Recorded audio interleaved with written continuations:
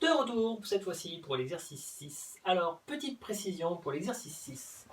Peut-être que vous n'avez pas tous les mêmes manuels.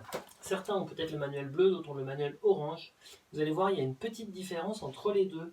C'est-à-dire que ce sont exactement les mêmes phrases, sauf qu'elles ne sont pas tout à fait dans le même ordre. Je crois que c'est dans le manuel bleu où cette phrase-là est tout à la fin, ou etc. Mais quoi qu'il en soit, ce sont exactement les mêmes phrases. Donc soyez bien attentifs et de toute façon, vous allez pouvoir vous y retrouver assez facilement. Bien, on commence. Cette fois-ci, on n'est plus avec et, on est avec a. Oh, oh. Ça peut être deux choses. Ça peut être la préposition, le petit a avec un accent, ou alors ça peut être le verbe avoir. Ce verbe avoir qui va s'écrire de deux manières, avec un S si c'est avec tu, ou simplement a si c'est avec il ou elle. Le conseil que l'on donne traditionnellement, c'est essaye de remplacer par avait. Si ça marche, c'est que c'est le verbe avoir. Si ça ne marche pas, c'est que c'est la préposition. On y va ?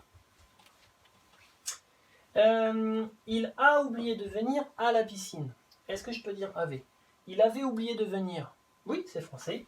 Donc je sais que ça va être le verbe avoir. Qui est-ce qui a oublié ? C'est il. Donc je laisse comme ça. Il a oublié de venir avait la piscine. Oh, non, ça ne marche pas. Donc là, je sais que c'est la préposition. Et alors la préposition, vous la retrouverez très souvent dans une information de lieu. Où est-ce qu'il a oublié de venir ? À la piscine. Quand c'est un lieu, c'est très souvent le A avec accent. Deuxième phrase, Léo n'est ni à l'école ni à la maison. Où est-ce que t'es, Léo ? Chez mamie, je crois. Bien.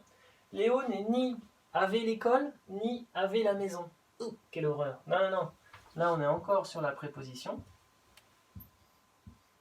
Et regardez bien, ça complète ce que j'ai dit juste avant. Où est-ce qu'il est ? Ni à l'école, ni à la maison. On est bien sur une information de lieu. Troisième phrase. À peine étais-tu à table que tu as demandé à sortir. À peine étais-tu avait table ? Non, ça marche pas. Donc je sais que c'est la préposition. Que tu avais demandé. Tu avais demandé. Est-ce que c'est français ? Oui. Donc ça va être le verbe avoir. Je dois faire attention. Qui est-ce qui a demandé ? C'est tu. Donc je n'oublie pas de mettre un S à la fin. Tu as demandé avait sortir ? Non, ça marche pas. Non, tu as demandé quoi ? Tu as demandé à sortir. Dernière phrase.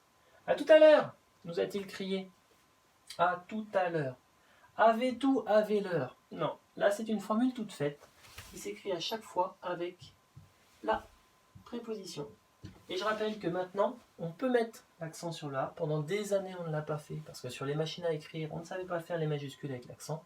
Les ordinateurs sont tout à fait capables de le faire. Donc, l'Académie française préconise de mettre l'accent même sur la majuscule.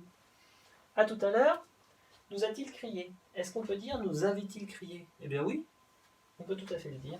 Donc c'est bien le verbe avoir. Qui est-ce qui a crié ? C'est il. Donc je ne rajoute rien. Et voilà pour la correction de l'exercice 6.